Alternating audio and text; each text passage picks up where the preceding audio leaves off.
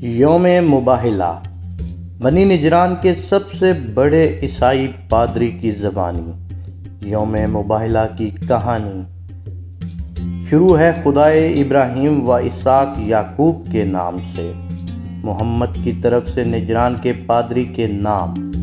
محمد، یہ نام تو پہلے بھی سنا ہے، سننے میں آیا ہے کہ مکہ سے ہجرت کر کے مدینہ آیا ہے اور ایک نئے الہی دین کا دعویٰ رکھتا ہے۔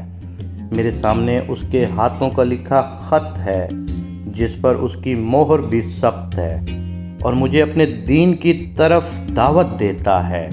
ایک مختصر جملہ درج ہے کہ خدائے ابراہیم و اسحاق یعقوب کی حمد ہے اور تم سب کو انسانوں کی بندگی کی بجائے اللہ کی بندگی کی جانب دعوت دیتا ہوں۔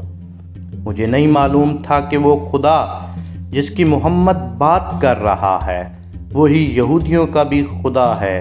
اچانک میرے دماغ کو خون خرابے اور جنگ کے خیال نے پریشان کر دیا۔ محمد کے پروردگار کے متعلق مجھے بھی کچھ نہیں معلوم، اور میں بنی نجران میں مسیحوں کا سب سے بڑے پادری کی حیثیت سے اپنے عقیدے پر مطمئن تھا۔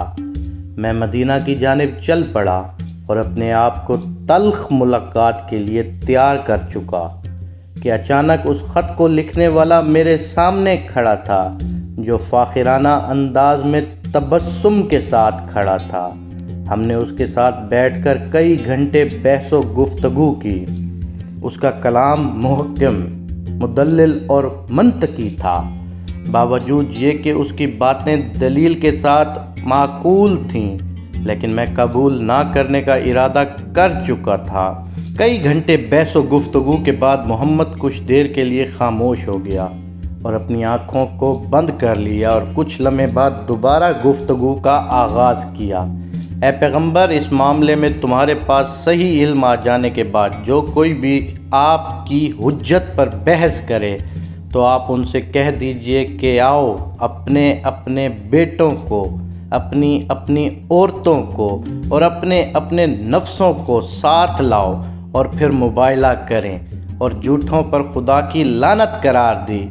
یعنی ہم اپنے بیٹوں کو بلائیں، تم اپنے بیٹوں کو، ہم اپنی عورتوں کو بلائیں، تم اپنی عورتوں کو، اور ہم اپنے نفسوں کو بلائیں، تم اپنے نفسوں کو، پھر اللہ کے سامنے گڑ گڑائیں اور جھوٹوں پر خدا کی لعنت کریں۔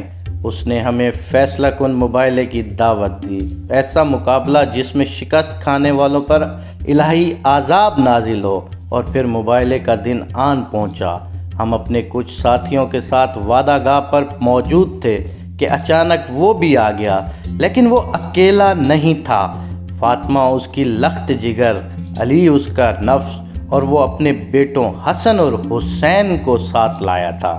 میں نے اہل مدینہ سے محمد اور اس کے اہل بیت سے متعلق بہت کچھ سن رکھا تھا، اور جتنا میں اس کے بارے میں جانتا ہوں وہ اپنے عزیز ترین اور قریب ترین لوگوں کو ساتھ لایا تھا، اور محمد ان کو اپنا اہل بیت کہتا تھا۔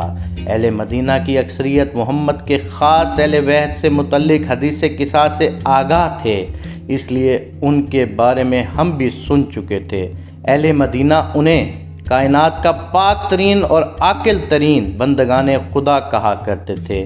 جب میں نے انہیں دیکھا اور ان کے چہرے پر چمکتا نور مجھ پر بھی غالب آنے لگا، میرا ذہن بھی اہل مدینہ کی طرح وہی سوچنے لگا، اور یوں لگا جیسے وہاں موجود خاک کے ذروں سے لے کر ہر انسان تک سب ان کی تعظیم کر رہے ہیں۔ اسی اثناء میں محمد نے کلام شروع کیا اور کہا کہ یہ میرے اہل بیت اور خاص ترین ہیں۔ ہر وہ شخص جو ان کا دشمن ہے میرا دشمن ہے، جو ان کا دوست ہے میرا دوست ہے، جس نے انہیں تکلیف پہنچائی مجھے تکلیف پہنچائی، یہ مجھ سے ہیں میں ان سے ہوں۔ میں نے یہ سنا اور اچانک پیچھے مڑ کر اپنے لوگوں کی طرف دیکھا، کیونکہ مجھے ان سب کی فکر لاحق تھی۔ ان سب کے چہروں پر خوف طاری تھا، جبکہ محمد اور ان کے اہل بیت متبسم اور مطمئن کھڑے تھے۔ میں نے اپنے آپ سے پوچھا کہ کیا میں مسیحوں کا سب سے بڑا پادری ہوں؟ محمد کی مانند مباہلہ کے انجام پر مطمئن اور پرسکون ہوں۔ مجھے میرے ضمیر نے جواب منفی میں دیا اور خوف کو اپنے اوپر طاری پایا، لہٰذا میں نے اپنے لوگوں کی بھلائی کی خاطر محمد سے صلح کا معاہدہ کر لیا اور واپس نجران پلٹ گیا۔